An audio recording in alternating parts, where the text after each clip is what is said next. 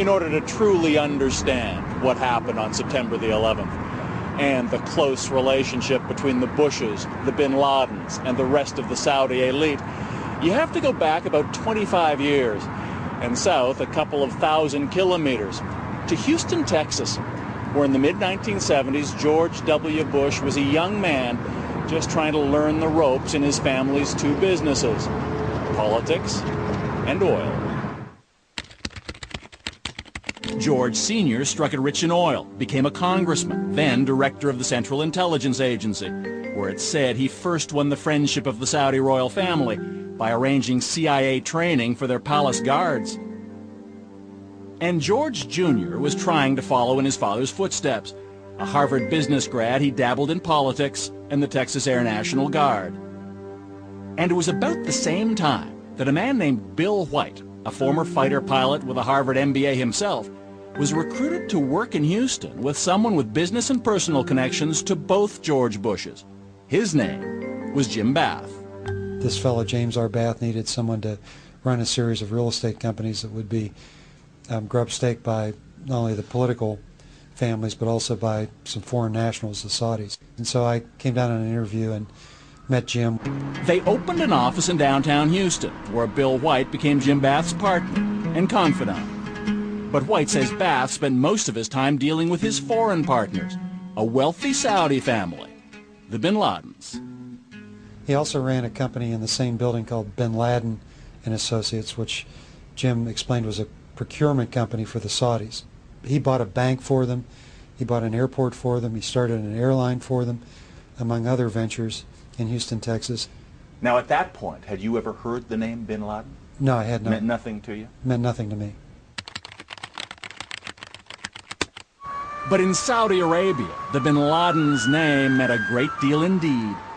They owned one of the largest Saudi construction companies. They were advisors to the royal family. They were the second richest family next to the royals, with billions of dollars to invest abroad in places like Houston, where the Bush family lived. They moved into this estate in one of Houston's finest neighborhoods. A Bin Laden brother named Salam Bin Laden and a brother-in-law, Khalid bin Mahfouz. Mahfouz was also one of the Saudi royal family's bankers.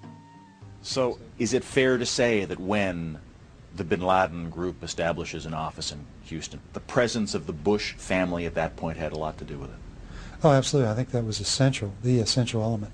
I don't think any of those dollars would have come into the United States or any of those assets been purchased had not there been this quid pro quo relationship with the Bush family. While the Bin Ladens built their ties to Texas, back home in Saudi Arabia they were making another kind of foreign investment. In 1979, the Soviet Union occupied Afghanistan. The Saudi royal family wanted to build a Muslim army known as the Mujahideen to defend Islam and force the Russians out. They turned to their trusted advisors, the Bin Ladens, who offered up a lanky 21-year-old named Osama. The man who personally chose Osama bin Laden to build that army would also become his mentor, Saudi Prince Turki Al Faisal. Last year on British television, he reminisced about the young bin Laden. In those days, he was a young man who had committed himself to helping the Afghan Mujahideen liberate themselves from the Soviet occupation of Afghanistan. And he was doing a lot of good. He was bringing support and aid to the Mujahideen. Meanwhile, back in Houston, the Bush family was also on the move. George Sr. was about to become vice president, and his son made a career decision too. By the late 70s, George W. Bush was setting out on his own. He established an oil exploration company that he called Arbusto, a Spanish word that loosely translated means bush. But before Arbusto could find oil, it needed to find some money, operating capital. And apparently George Bush knew where to look. Well, Bath had told me that he had used Saudi money to fund George Bush Jr.'s foray into the energy business. This is the Arbusto Corporation? Yes, the Arbusto partnerships. As Bath's partner, Bill White, says he had access to information about the financial dealings between the Bin Laden family and George W. Bush. He later obtained Bath's personal financial statements when the two had a falling out and became involved in litigation. On schedules that show his partnership interest, he shows a personal partnership interest of $25,000 invested in Arbusto 79 and another $25,000 investment in Bush 80. But according to White, that share was only Bath's commission for investing the bin Laden's money with Bush. Do you have any knowledge of how much money the Saudis put in? Well, he told me it was in excess of, $1 million. So there's no question in your mind whatsoever that whatever went into George W. Bush's companies from Jim Bath was money from the Saudis. 100% of it was Saudi money. And George W. Bush would have been aware of that? Oh, absolutely. But that wasn't all. A few years later, another oil company in which George W. Bush was involved needed cash.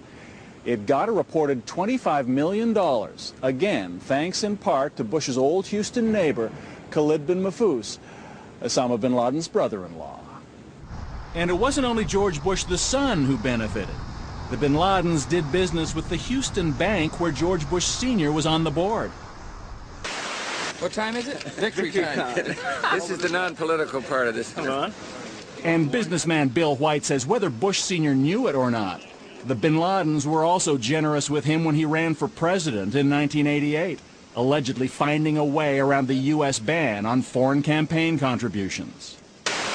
My understanding from Bath was that they were making campaign contributions by taking briefcases full of cash to the law firms.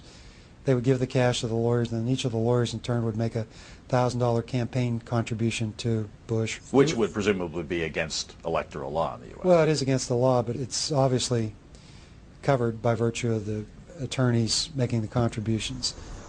And when George Bush Sr. became president, as with George W. more than a decade later, the Saudis occupied a special place at the White House. The Oval Office always open to one man, Saudi Arabia's ambassador, Prince Bandar. He's got instant access. He calls them up, says, I'm coming over. He's got instant access to the CIA, anybody he wants. He can summon people. He can call anybody up at home at any time, which most ambassadors in Washington cannot do. Robert Baer served with the CIA for 21 years and spent much of that time in the Middle East. What is the George W. Bush calls Bandar? Bandar Bush? Bandar Bush, yeah, he calls him Bandar Bush. You know, that's fine. Bandar's a great ambassador. It works great until you turn a blind eye, until you believe everything Bandar says. Baer believes that Bandar's position is symptomatic of the blind self-interest on both sides. That's the Saudi-American relationship's fatal flaw. It's a lesson George W. Bush and his administration wouldn't learn until it was much too late. Had Saudi Arabia been acting as one might expect a true ally and friend to act, could they have told the U.S. all they needed to know about the real threat posed by bin Laden? They knew everything. They were the source of fundings that went to buy arms, to buy bombs through their charities. And those charities in Saudi Arabia are all controlled by the government to some extent. It was 1991. The Gulf War was over. American troops had defended Saudi oil fields against Saddam Hussein. Now the U.S. could continue to enjoy the economic security which came with all that Saudi oil. It was essentially the same deal George W. Bush himself made when he did business with the bin Ladens in Houston. One side got a powerful partner, the other, oil and money. Former CIA agent Robert Baer. The United States depends upon Saudi Arabia for its oil production. Saudi Arabia also recycles all the money it makes off oil in the United States and puts trillions of dollars in our banks. It pays for presidential libraries, anything you can imagine. And the Clinton White House wasn't immune to Saudi charm either.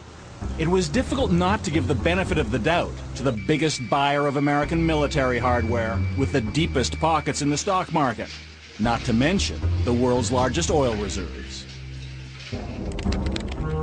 Which is why after George Bush Sr. left office and became a senior advisor to the powerful international investment firm, the Carlyle Group, he paid a number of visits on their behalf to his good friends, the Saudi royal family and the bin Ladens. Seems like a very nice reunion with friends. I'm very pleased to see you. They soon became Carlyle clients. Incredibly, on September 11th, Bush and the head of the bin Laden family would be at the same Carlyle Group meeting in Washington, just a few miles from where Osama bin Laden's hijackers would attack the Pentagon.